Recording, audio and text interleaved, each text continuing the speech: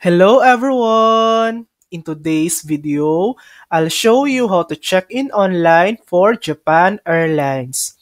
First, open the official Japan Airlines website or the Japan Airlines app on your smartphone. Go to the online check-in section.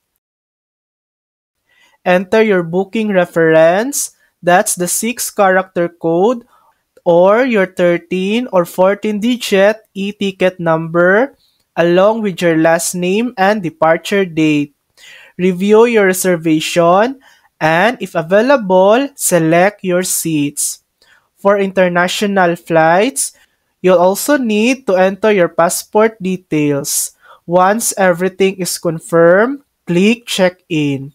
You'll now receive your boarding pass either inside the app or sent to your email so you can print it out. And that's it. That's how to check in online for Japan Airlines. Thanks for watching. If this video helped you, please like and subscribe for more helpful tutorials.